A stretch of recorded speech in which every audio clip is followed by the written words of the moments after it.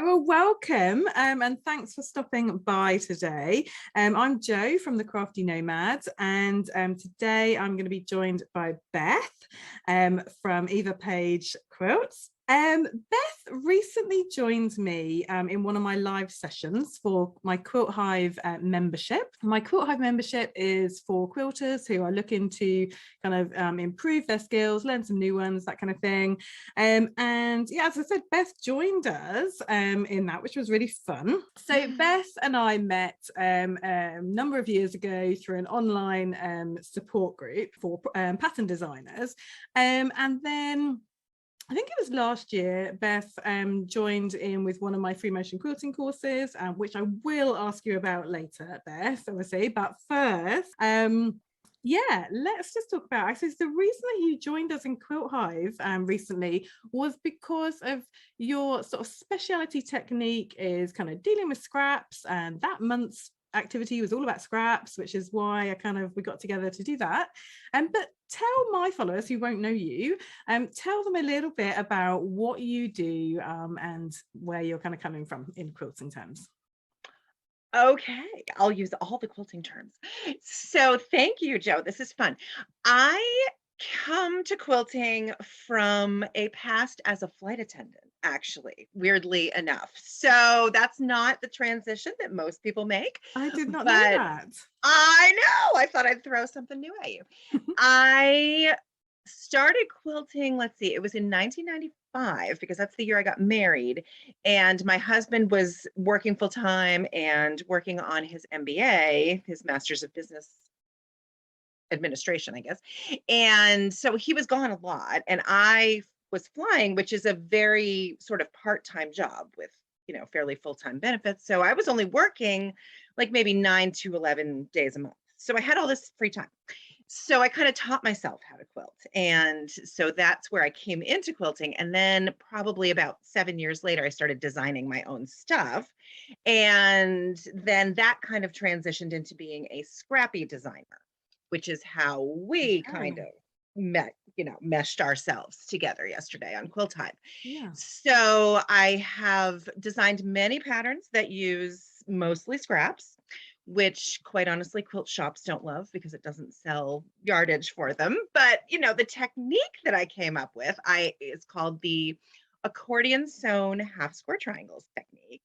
It's also I do abbreviate it to accordion sewn HSTs because most people know what that is. And it has really generated a lot of interest among quilters because it's a great way to use up a lot of smaller scraps, make a lot of half square triangles, and they don't necessarily match each other, which for scrappy people, sometimes we don't want our half square triangles to be exactly the same. I've written a couple books about the technique because it does have all of these different things that you can do, like put your accordions in order so that once you cut them apart, they kind of form a block or a pattern. So I've written some patterns that involve that. It's really, is there one behind you? Is that one of your patterns? Because yes, that looks very this ordered. one here, and it looks, this one here for sure is a pattern that uses an ordered accordion, and then you cut it apart, but you don't have to keep it in order because you're kind of shuffling around where you want to put your different half square triangles. But within that order, you're going to have half square triangles that have like the purple with the background and the blue with the blue and the blue with the green, that kind of thing. So you've got all of what you need. So it's really fun. It's really fun. And I enjoy teaching it to people and showing it to people. And Beth, I loved the name of your book. Your books. Oh,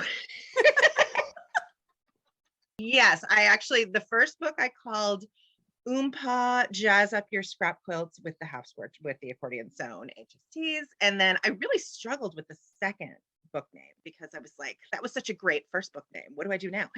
And one of my friends actually recommended, kind of thinking about it as like an encore sort of thing. So I called it Another Round of because I don't know how familiar with accordions and bands you are in the UK, but I'm not that familiar with it myself.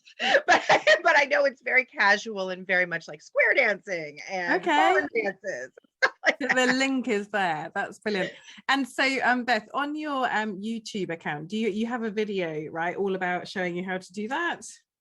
I do. It's a 3-part series, actually, Okay. and it just goes through why I even thought about this in the beginning, why I felt like this was a necessary thing, and how to do the whole thing from start to finish. It does not go into ordered accordions and things like that. That's That's covered in your book though, right? exactly, but it's the Yeah. basic method, and it's really fun to play with. Yeah, no, it looked Yeah. great. I mean, we were lucky.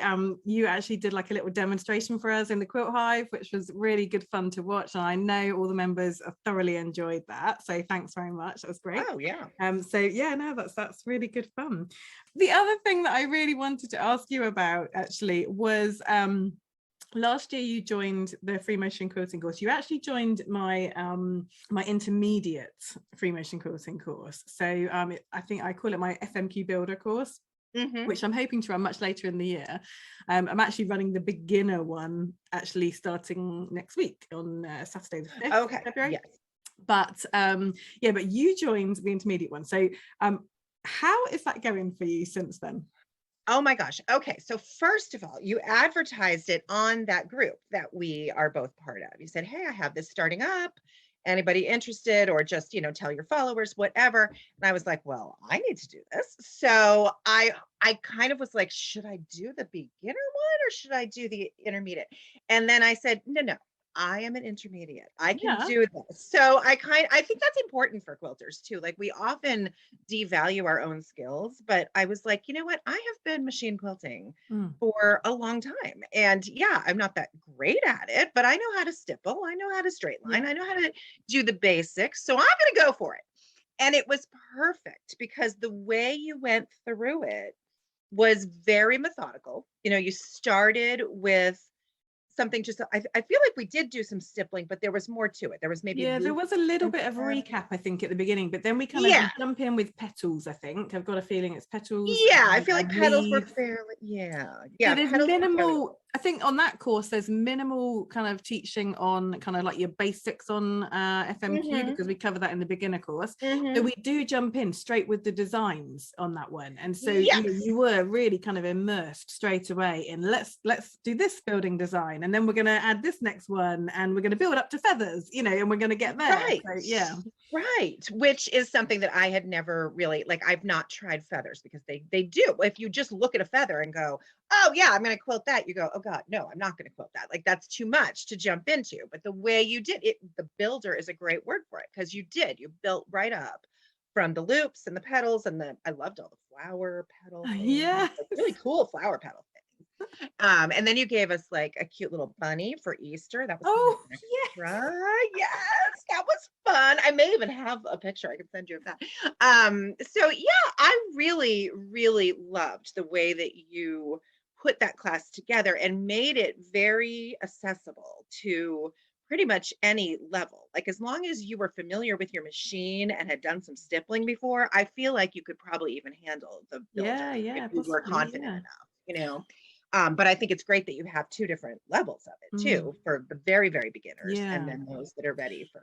And have you been quilting on your quilts? I have. Now I do like to send some out. This one here was done by, one of my friends, Adam Ratliff, we'll throw his name in. He did a great job on that. It's huge though. So I only have a small machine. So I'm happy to do my own, but I don't want to frustrate myself. So, anything lap size and smaller, I definitely generally will quilt myself. And I think you showed to us in the Quilt Hive session, you showed to us a quilt that you had done the quilting on yourself. Yes. It's one of your recent patterns. Yes, one of my latest ones is called Bloom or Bust. And I did utilize the petals and kind of intermingled some pebbles in there. And then within the petals themselves of the flower on there, I did some loopy sorts of things and stuff. Brilliant. So I had fun like playing with some of the stuff that you had shown us. And another thing that I learned that was so important in that class that I have now used in all sorts of ways, I was like, is she kidding with this? Because this is brilliant. I got the whiteboard and the marker and, the practicing before you do it. I didn't even own a whiteboard. So I went up to my daughters who were seniors in high school at the time. I was like, anybody got a whiteboard? Because I need to do this right now. It's so brilliant. And somebody handed me one and I came down and I did. It really does get you kind of like just get in Yeah. the motion before you do it. And you know what else I use the whiteboard for now? When I make an accordion, I have to like figure out how many of stuff. So it's like, Easy. if I don't have a piece of paper, I just, Jot it write. down. So whiteboard in the studio, brilliant. There you Right go. there. That's so fun. I'm really pleased that you're using those skills. That's really, really good to hear. So thank you for that. And you mentioned a sew along that you did last fall, and I think you've got another sew along coming up really soon, a mystery one. Is that right? Yes, it's a one-day event. I've done a couple of these Zoom mysteries since we all had to go live in our basement and do Zoom. And I've done some mysteries in the past that are more long-term, where, I'll release a block a week or, a clue a week or something like that. But I was like, there's got to be a way that I can do this on Zoom and bring everybody together. So what I do is I create the pattern, and it's a pretty, it's a smallish design each time so that it can be done in a day. And then everybody who wants to participate signs up on my website, and it's a nominal registration fee of like $15 US. And you can download the directions on, picking out your fabrics. I give a lot of information about that because, with mysteries, you don't know what you're making. It's hard to pick your fabrics. So I try to give some information about that. And you're cutting. And then I even have you do the piecing of your half square triangles, which you can do with my method, or you can do traditionally, it doesn't matter. Okay. So then when you arrive, you've got all your pieces and everything ready to go. And then using Zoom, I'll put 5 different clues in 5 different breakout rooms. Okay. So you move yourself through as you go, as you're done with clue 1, you move to clue 2, and that's where clue 2 is. When you're working through these rooms, there are other people working through the rooms at the same time. Yes. You can chat with people, right? Everybody who's working on clue 1 is in the breakout room for clue 1, so they can all chat. And and people are coming from all over the world, really. I mean, I've really had social. So fun. Yes. And if somebody has a problem, I'm there to facilitate. So I've got all these rooms. I've got 5 breakout rooms plus the main room. So you got to chat, or you got to text me or whatever, get in the room 1 or whatever. So I'm hopping all day, but it's so much fun. It's so much fun. And of course, some people can move themselves to the breakout rooms, but some people need me to do it. So yes, I earned my $15. And what's it called? What's that? What's the name of the sew along? Oh, this one is just called Sunday Scraps. Sunday Scraps, because it's on a Sunday afternoon. It's going to be February 20th. Okay.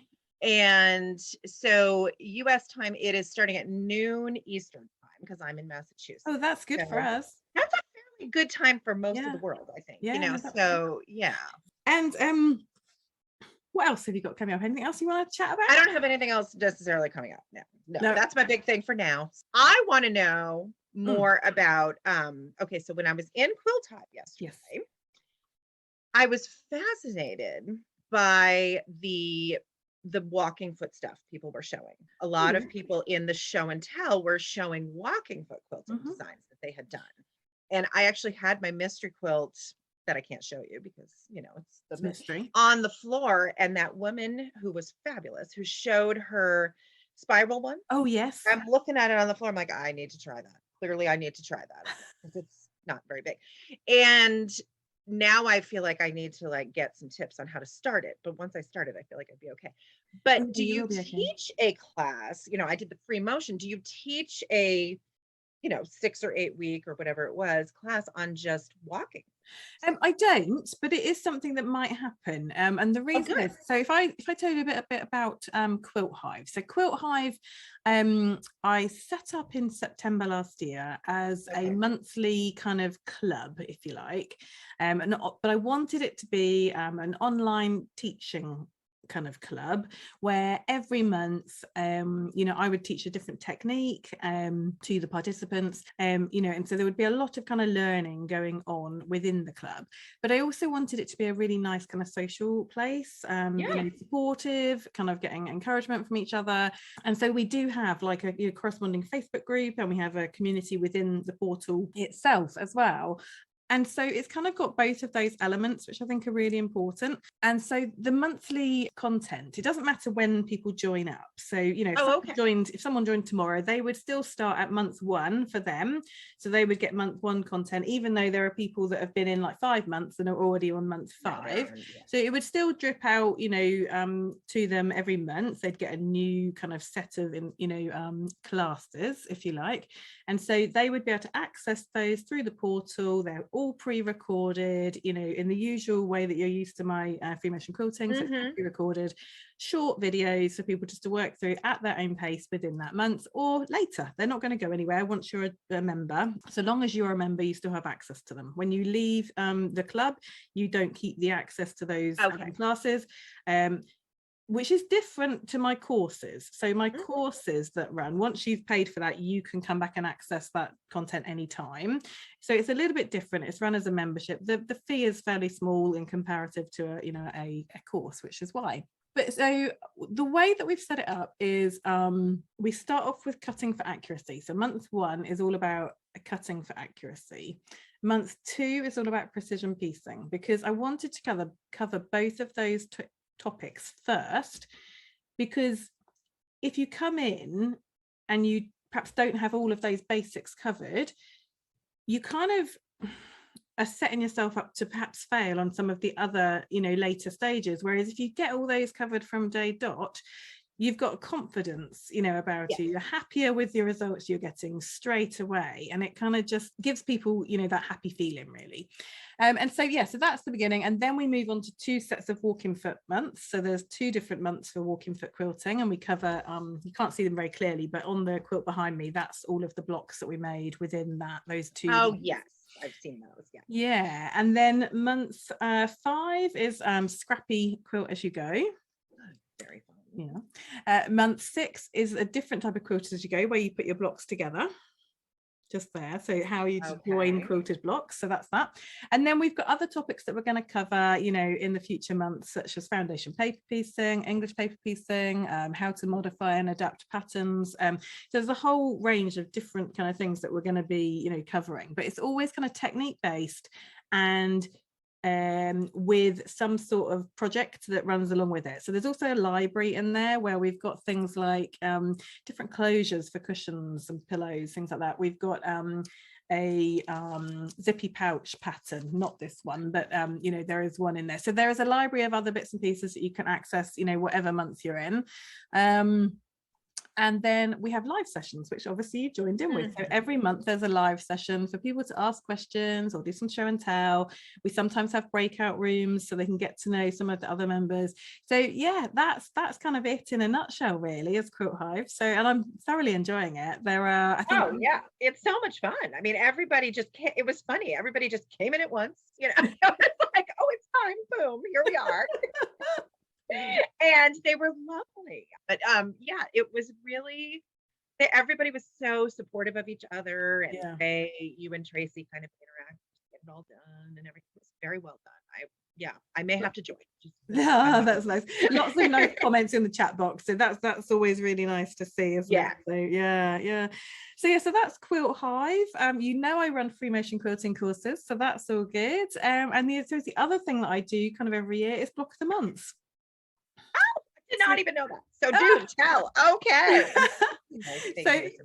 So I ran a block of the month. I've done it. It's my 3rd year now running the block of the month, and this year it's a little bit different, the design, to most of the other kind of patterns that I've done in the past.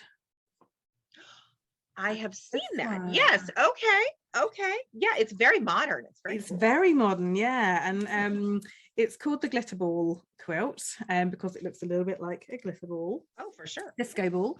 And it's been very well received this year. We have we've kind of had a gentle start. January is just about picking colors and picking fabric, so there's been tuition in there about, you know, how to pick colors, what tools you can use, and things like that, which has been super fun. And I think I uploaded the pattern into Quilt Ink. I don't know if you've heard of Quilt Ink. I have heard of I think. Yeah.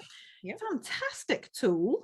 So people have been having a great time coloring in their you know, versions digitally, to see what colors they're going to go for. Yeah. And then we start sewing, I think, on the 15th of February. So yeah, and then Oh, we'll be so doing yeah, you do column. start kind of, yeah, gradually. Nice and gentle. Yeah, nice gentle way in. So yeah, we're going to be doing a column per month. So we should finish in August. I think we're scheduled to finish in August. So yeah, so it's an 8-month block of the month. Yeah, and a very modern design. Yeah. So each of those blocks that you're doing in the block of the month, are they all different designs of a circle? Is that? They're actually different techniques. So the middle column have got small circles and big circles, and then some little strips. So that we'll be focusing that month. Actually, that's over 2 months, and we'll be focusing on how to piece Drunkard's Path blocks. So I'll be showing people how to do that. There's always videos with the written instructions, so we will have video tutorials. And I use Jenny Haynes templates whenever I do anything with Drunkard's Path. So if you're not familiar with her work, that's another really interesting person to go check out. But she does everything with curves, and the templates are great because you make the block and then you trim it down. Oh, that's and always it just takes away any of the kind of worry about not getting it perfectly stitched together. So yeah, Jenny has provided me with the templates to pop in the pattern. Obviously people, if they want to buy the acrylics, they can, but you know, they don't need to, so that's all, it's all in there. So yeah, so that's the first month and the second month. So we're doing large circles first month, small circles the second month. First month also the strip piecing, and then the other columns include other techniques. So one column is all about improv piecing. Another column is traditional quarter square triangles, and then we have got one column is foundation paper pieced diamond blocks. Oh, you're trying it all. Yeah, and then the last block is super fun. That is improv curves. So yeah, I really love teaching people different techniques that perhaps they haven't tried before, you know, and a block of the month is a great way to try out a new technique because you're just doing a little bit of it, you know, you haven't got to do a whole quilt in something. So if you don't really like it, you've only got to battle through 1 month to get to get that technique, you know, done. But it will kind of open up your eyes to new kind of techniques that which you haven't tried. So I think that's a good way to do that, really. I think that's brilliant because you're absolutely right. Like, even if you don't love the technique, if you suddenly learn about it, you might move on and think about how else it could be used, and you might end up liking it later too. You know, I mean, I never liked half square triangles, and look at me now. So it's something about it appeals to you eventually, you know. And if you're never exposed to it, it's kind of like a book club. You know, you're told you have to read this book, and it's not one you ever would have picked up, but then you end up appreciating it for something. So definitely. No, definitely. I mean, I think what you just said about half square triangles, for me, it was probably curves. You know, I've sewn curves when making garments. Sure. But sewing curves in patchwork is very different to sewing curves in garments. Yes. Because you want to open it up and have it lay flat. Whereas for a garment, you want to open it up and have it make a 3D shape, right? So it's very different. And so I think I took a class at a retreat with Nicholas Ball probably 3 years ago, and it was funny because there was 3 classes on offer and I had not picked to do his because it was improv. I don't like improv. That's what I thought at the time. I like precision and I like things to be organized, you know, and everything. And as it turned out, I ended up doing his class and not the other one. And I really enjoyed it so much. It was on improv curves. I thoroughly enjoyed it. I went on to make a large quilt, which was my window to the waves quilt, which I absolutely loved. And after doing that, I thought, well, curves aren't that scary in quilting. You know, I can do this. You know, this is not a problem. And now you teach it. And now I've gone through to doing Drunkard's Path and other things, and just it's all fine. So all thanks to Nicholas Ball for making me do that class. Well, yes, thanks to Nicholas Ball. I actually took a class with Sherry Cifaldi Morrill. I don't know if you know Oh, her. I don't know that name. Yeah, she's in Connecticut. So I had her come to our guild, and she did a class on curved piecing. It is amazing how, if you can see it done and you have the right template, like you're saying, things fit together and you're like, oh my gosh, this really isn't that hard. Why was I so afraid of it? Yeah, and I think yeah, that is such a key thing, actually, Beth, because people just need that fear taken away of anything when it comes to new techniques and new skills, actually, because as soon as you take that fear away and just break it down into the small steps that it needs to be in to be able to achieve something, light bulb moment, those moments where you go, oh, I can do that, that's not so hard. So it's so and now I haven't gone and done a lot of other curve things, but she taught the technique, and we were working on a pattern. It's a huge pattern. I finished the whole thing in like a week because I was obsessed. I was like, look at me go, I can do this now. So it is, it's just like, open your eyes and try something new, and you just never know what you're gonna, even if it's just to piece something for fun for yourself, because as designers, we don't do that enough. So no, you're absolutely right. And I think it was funny you say that, because the Window to the Waves quilt that I did, it was possibly one of the only non-work pieces of sewing I had done that year, and it just felt so freeing to be able to do that. And the other thing that I made it for, so not only did I want to practice more on the improv curves, I also wanted to use that quilt to up my game for my free motion quilting. So it was perhaps, I think, I'd been to Festival of Quilts, year on year, and every year had come away thinking, oh, I really need to get better at free motion quilting. I love what I see there, and I just need to do it. And was never really giving myself the time to improve. Sure. And so I decided on that quilt. It's a big round kind of center section where the improv curves are, and I decided that these big corner sections I would do a bit of kind of graffiti kind of free motion quilting on. And because it wasn't thinking I've got to do a whole huge quilt, it felt so much more manageable to think, I can do that kind of quilting in there. And again, just so freeing, really, just to fully kind of give myself the time to do that, and just to thoroughly enjoy it. And you do, it's so important to you to mentally just have time to, it's like we were talking about yesterday with the place your eye has to go and scrap quilt. It's like your brain has to go someplace sometimes and just rest. Exactly. So and I find that actually with free motion quilting, and it's something I talk about quite a lot, but when I free motion quilt, that's when I get into this kind of flow state. And for me, free motion quilting is a really mindful kind of activity. I can sort of lose hours really and not realize where the time's gone, because I've been so focused on what I'm doing. And I think for me, that is a really good activity for just calming down. So, and plus you must feel so accomplished when you look back at what you've done in the last 3 hours. Like, my gosh, I just quilted half a quilt. If it's good. It's always good to feel accomplished. Oh dear. Well, it was so lovely, isn't it? Just chatting about all things quilting. Absolutely.